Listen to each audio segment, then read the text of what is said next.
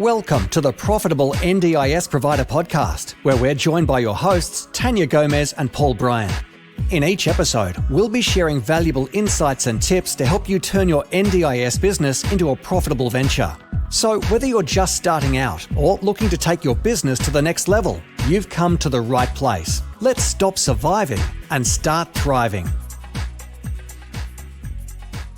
Welcome to the Profitable NDIS Provider Podcast. My name's Paul Bryan, and I'm joined with my amazing co-host, Tania Gomez. G'day.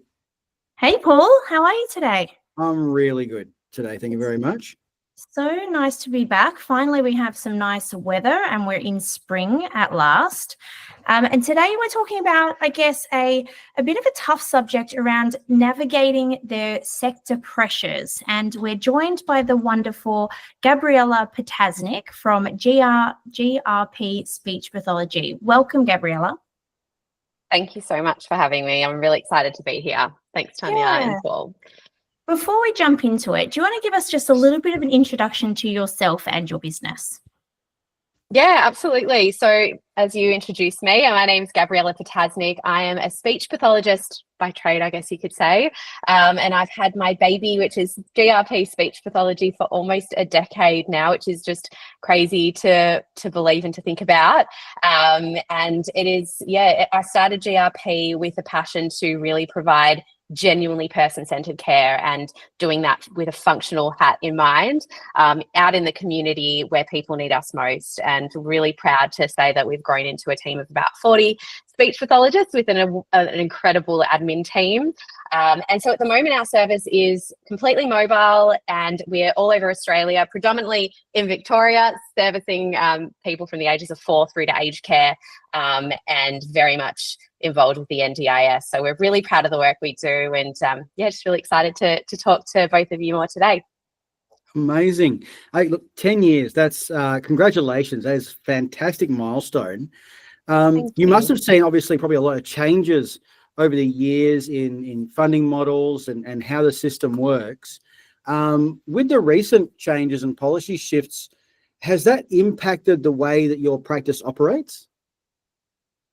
Yeah, so I mean, yes, and certainly since over the past 10 years, I've definitely seen the NDIS come in all wave shapes and forms, from the very beginning to the way that it's really shifting up at the moment with the recent, funding changes in July, just most recently. So I think, look, we've seen the funding freezes, we've seen travel cuts in particular for allied health. And I think the most challenging thing is that while the costs are soaring, we've got staff wages going up by 22%, rents going up nearly by 13%, we've got insurance compliance, we really focus a lot on supervision, and then we've got HR payroll costs.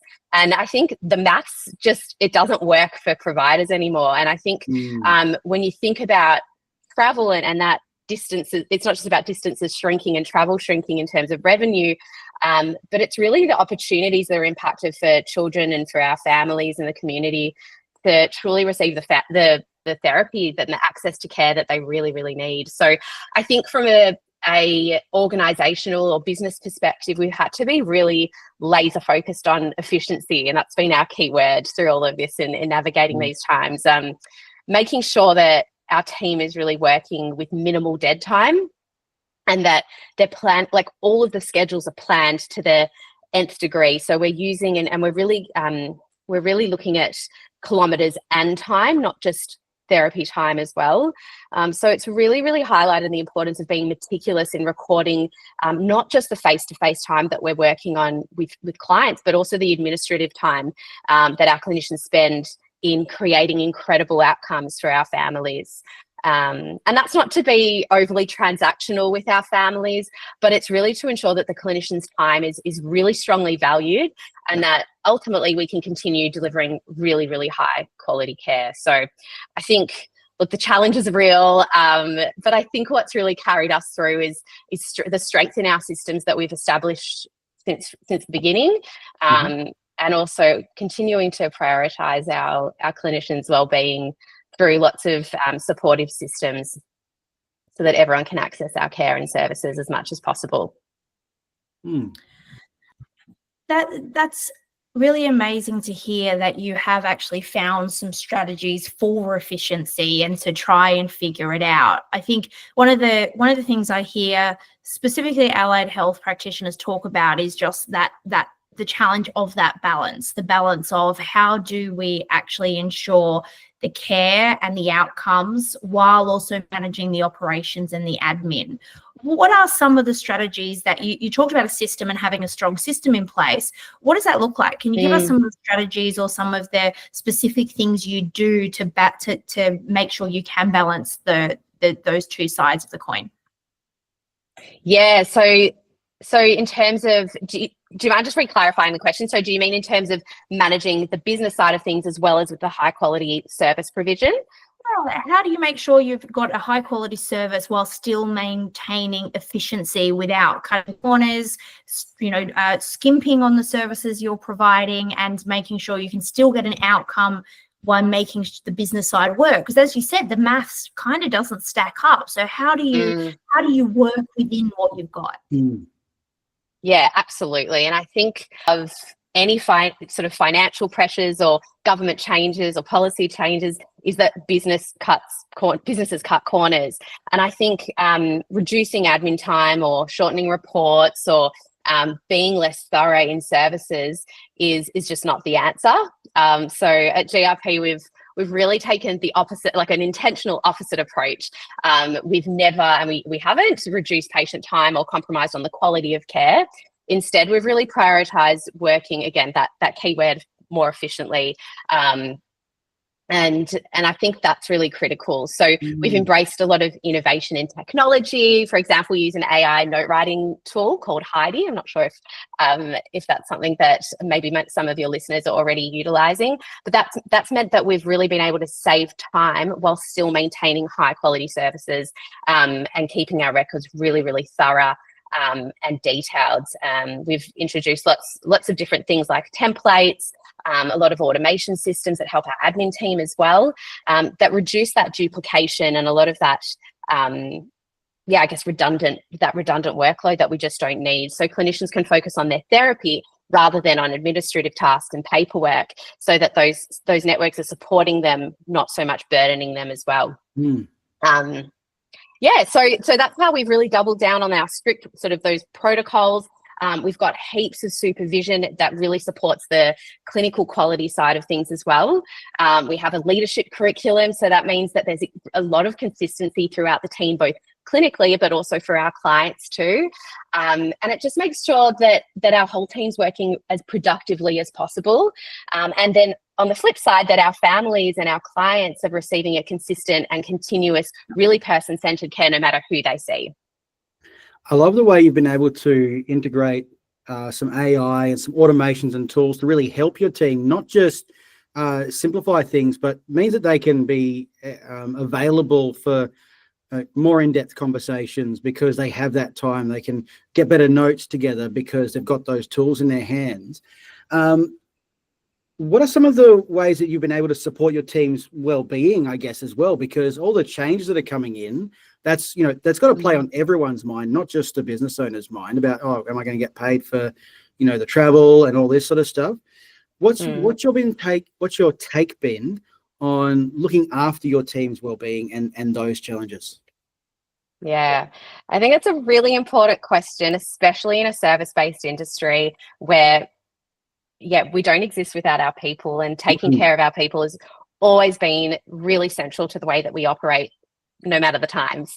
So that certainly hasn't changed. But I think that's even more critical now, especially the industry's really, being faced with enormous pressures. So I guess, if anything, these challenges have just reinforced how important it is to invest in our people first. So at GRP, we make a really deliberate effort to always check in with our clinicians' well-being and their sort of psychological safety. If they need to debrief, if they need to just have a conversation about whatever is going on in their lives, both professionally and personally, we will make that a really deliberate part of their day. So this happens really formally through supervision that we have with our clinical team.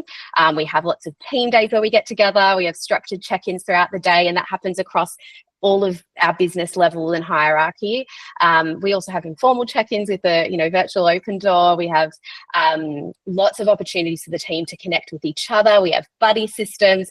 So for us, it's all about really offering flexibility in how we work and where people work, and providing that safety and that support, not just from a clinical sort of quality perspective, which is so important, but also putting that person first holistically in their professional world, but also their personal world. So we've really been able to respond to these pressures while maintaining the well-being of our clinicians. And I think ultimately, if we're not taking care of our people, then our clients aren't getting the benefit of working with such a high quality team. So I see it really play in together to ensure the quality of our service ongoingly. Yeah, look, it's amazing how you've been able to track across all those different areas despite the changes that have been happening. I think a lot of our listeners have pegged a lot of these changes as challenges as they come up throughout their business. And a lot of people probably don't have the tenure of business that you do. Like, there's obviously a lot of newer businesses in the space, only a few years old. Have you had to make any of those sort of tough decisions around which services you do and don't offer, changing a system to move from one to the other because it just, whether it was cost or effectiveness or what your client base looked like? So any of those really probably harder, maybe more personal decisions you've had to make over the years to get to where you want to be? Yeah, look, I mean, do you mean in terms of the recent changes or just overall? Probably more related to the recent changes, but yeah, context is always delightful as well for Sure.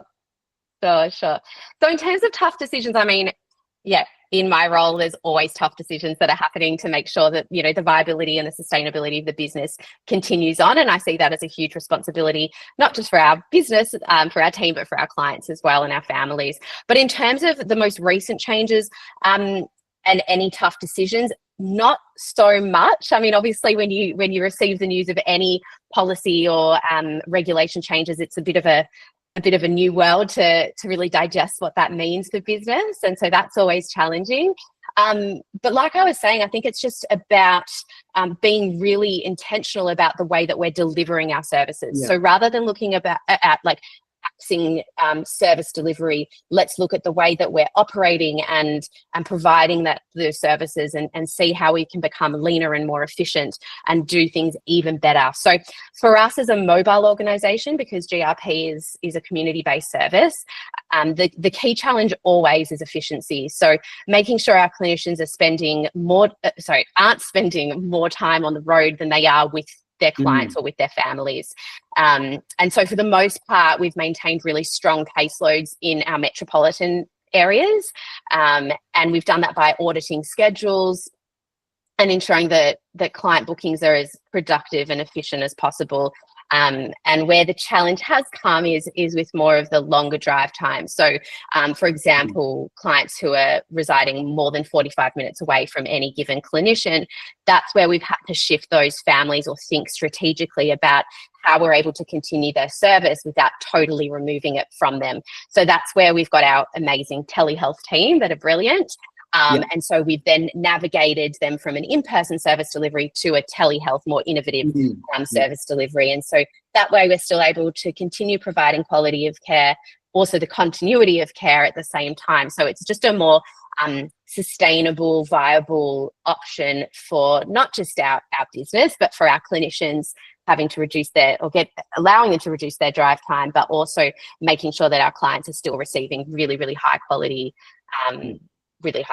care. So that's from a service delivery perspective. But I think there's obviously other sort of financial decisions that are always needing to be revised as these things come into play. So remaining really financially diligent and going back to what I was saying earlier about all the rising costs of running a business and just living life in Australia, I think really, again, maximising the efficiency of what we're doing and how we're doing it, not by overworking staff, but by making sure that their hours that they're working are as productive as possible. So yeah, I think it really just comes down to managing the systems and always revising the way that you're working in order to maintain the staff in a really sort of high quality way where they're happy and thriving, so that ultimately the service is equally thriving too. I'm interested in how you communicate with your staff and even your participants or your families about the changes that are happening in the space. Things like travel have been quite a big change. And I find that when people don't like change, and in NDIS, participants get nervous about funding changes, staff get nervous. How do you combat that? What kind of communication do you have with both staff and participants to, I guess, give them some kind of certainty about the future? Yeah, you're right. No one likes change. I actually ban the word change in our organisation because there's so much research around the word change and people just kind of being allergic to that. So number one, we don't say change.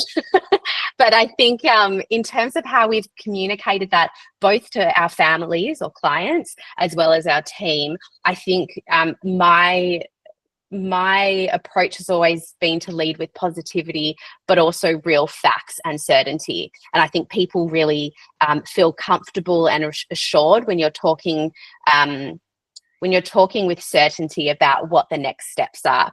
So for us, I'll talk about how we communicated with our team, and then I'll talk about how we've addressed that with our clients. But with our team, I think it's so important to give the information as we know it and always communicate in a timely manner and as frequently as possible. So from the get-go, when we first received that news about the changes, the first thing we did was notify our team that, hey, we're all over it. This is what we know. As soon as we have another update, we will let you know. You'll be the first people to know. But don't worry, at the end of the day, GRP has excellent systems and an amazing team that's backing us. So whatever it is, we're going to find solutions, and we're already working on some brilliant ideas. And so that's the way that we, number one, will introduce any changes or adjustments to the service provision. And then we'll couple that with lots of check-ins. So those check-ins that I mentioned, those are our touch points and our pulse checks to answer any on-the-go live questions, to get ideas, to problem solve together as a team. And so we find that method of informing and then giving opportunity for feedback and discussion really helps. And then just always updating our team as more information's coming in. And once we have a plan, we go in strong and confidently and we say, this is what we're doing. It's new. Please come with feedback or further ideas, and we're going to work it out together. And it's been, for a big change to the industry and obviously for potential for a lot to really go wrong and to kind of figure it out as you go. I think it was really successfully received by our team, and it's actually bound the team together even more to just be more solution focused and positive in working as a team and helping each other as clinicians, and also from a client perspective as well. So we've seen a lot of positivity that's come from a pretty shifty time of uncertainty too. So that's how we managed it with the team, and it's still an ongoing process, but we've found it really positive overall. With our clients, I think there's no real answer. Again, no one likes change. Our clients really thrive off consistency and love that we've been doing what we've been doing for so long, and it just works for them. And we know that families can sometimes really struggle through things looking a little bit different. So I think, again, it really comes down to just leading with a lot of reassurance and clarity in the wording of what we're saying. So I guess our approach has been to put the person first, which is everything that we do anyway, but saying, in order to continue your services, in order to get the most high quality service, this is what the new regulations are, and this is what we're doing to support you and to support your service. So rather than making it about, oh my God, these things are happening to our business and these are the changes we have to make to remain viable, we've shifted it to put the person first and to make that person the point, so that ultimately, we're behind the scenes doing absolutely everything we can as a team. And at the forefront, our clients know that we're doing this at the end of the day for them. So that's how we've been able to navigate and communicate, I guess, in two different buckets of the way that our service is really reflected to the public as well. Yeah, very cool. You mentioned before about measuring things and improving and bringing efficiency. How do you track performance in your business? So know where to shift, where do we improve? Do you have like particular dashboards you use, or how do you make that work for you? Yeah, look, I think data and insights always tell a story. So I think, there's lots of different elements of business where you can be utilizing data to drive your decision making and being really intentional about next steps. So obviously you've got, I think of things in categories. So you've got your financials and, having regular meetings with your accounting team and, Xero and all that stuff. That really tells a story. But I like to look at different metrics every month when we're reviewing our P&L, and when we're looking at, where we've invested different, just made different investments and seeing that return on investment. I think that's an obvious one. But when we're looking at I think the biggest one, and what I mentioned is our most common challenge is productivity and efficiency in a mobile team. So one of the things that I've developed is a KPI tool that syncs with our practice management software. And so we have an administration team that's sole job is to make sure that our clinicians are in a really balanced way, again, not to burn our clinicians out, but still to make sure that we're able to continue providing services to our clients, are seeing the right amount of clients. And so rather than having them count on our practice management system, how many clients they're seeing in a day or how many times they're billing this thing or that thing, we've actually integrated them through automation to sync with the practice management software and then our KPI tracker. So that's been something that's been game changing for us. Number one, to save time for our admin team, but also to ensure that our clinicians are being as productive as possible with their time, and therefore we're able to make sure we're supporting our clinicians. If they're seeing too many, then we want to bring that back.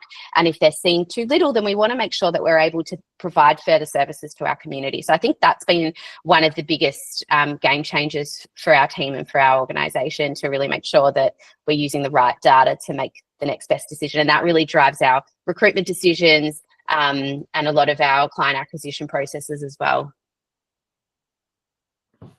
Yeah, wow, that's really good. Really interesting to see how it can be managed. I love data. I love metrics and dashboards. The first thing that I do whenever we move to a new system is, how do we get the reports out of it? How do we get as much data in as we can? And I love the idea of setting up. And I didn't actually know how simple, or not simple, because obviously I'm not a programmer, but how cost effective it can be to get an API system built where you can get all of your data pushed into a Google spreadsheet or something simple like that. Once you've got it set up, you get all of the data you need in one place, and you don't have to pay for something expensive like Microsoft BI, or some of those data analytics tools can be thousands of dollars. Absolutely. My last question for you today was around, what advice would you give to new providers or clinicians who are feeling overwhelmed by the sector demands generally? That's a good question. Look, I think it's an incredibly challenging time, especially for allied health in the sector, and I think anyone in the sector at the moment, but especially for anyone entering the allied health world into business as well. I think there's, navigating the clinical elements of things combined with business and organizational operations as well. So I think, the setup costs, the compliance demand, quality control, they're both time consuming and really expensive, and the margins have really decreased significantly. And while I know GRP's been able to survive and I think even thrive through efficiency and through growth and scale, I think it would be a lot tougher for someone starting from scratch today. So I think, in closing, my advice would be to think really carefully before entering. I think when I started almost 10 years ago, I did make mistakes, but I think the sector was a lot more forgiving then. I do think that now the environment is much tighter. It's harder to absorb those learning curves. So I think for sole providers and for sole providers in particular, I think it's extremely difficult to be profitable unless you can grow into a team. And I think that's where the efficiencies are really being able to share the overheads. So standardizing those systems, technology, building protocols, multiplying your good practice across a team. And I think That's my opinion. I think without that, it really feels like you're carrying the load of the whole system on your own shoulders. So my advice is to really don't underestimate the demands, build really awesome systems early, and seek out those efficiencies. Most importantly, surround yourself with an incredible team if you can. And I think that's really where the resilience and the sustainability comes from. Yeah, so good. That's a wealth of knowledge, I think, for new people coming into this space to probably have a really good sober look at what the industry is doing right now, where it's come from. You're 100% right. The industry used to be a lot more forgiving and flexible, and now it's really quite rigid in what can and can't be done and how you operate. Thank you so much for joining us. If someone wanted to reach out and get in contact with you, how would they do that? Yeah, absolutely. So I am across all the social platforms. So I'm on LinkedIn as Gabriella Ptasznik. I'm on GRP's Facebook page. We've got an Instagram page. And then you can also feel free to email me. It's Gabby Gaby at grpspeechpathology.com.au, and our website as well, which is www.grpspeechpathology.com.au. Amazing. Thank you so much for joining us today, diving into the different pressures in the sector and how to really thrive in that sort of a space. We appreciate you spending time with us and sharing some of your knowledge with our listeners. No, thank you so much for having me. It's been really great to finally catch up. Thank you. Amazing. And thanks, everybody. We will see you on the next episode. Thanks for tuning in to another episode of the Profitable NDIS Provider podcast with Tania Gomez and Paul Bryan. We hope you found today's episode informative and valuable. If you enjoyed the show, please don't forget to subscribe, leave us a rating, and share it with others who could benefit from our insights. Until next time, keep thriving.